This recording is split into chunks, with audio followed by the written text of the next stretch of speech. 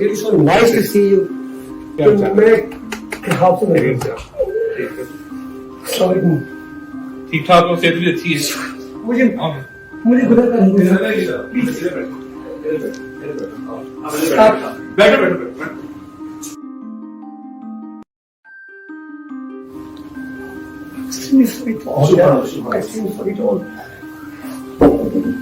आप बड़े हौसले वाले यार, अपने तो आपको देख के मैं बड़ा हौसला मिला है।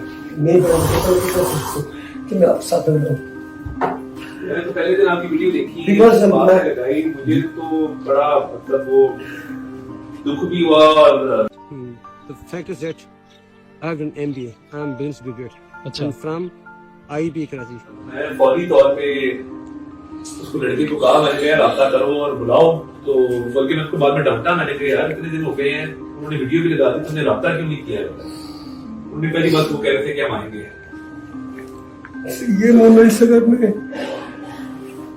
कोई खास इनके साथ शेयर कर पाता, अगर वो देखते नहीं या वो जानते मैं आपके साथ दिखाऊं।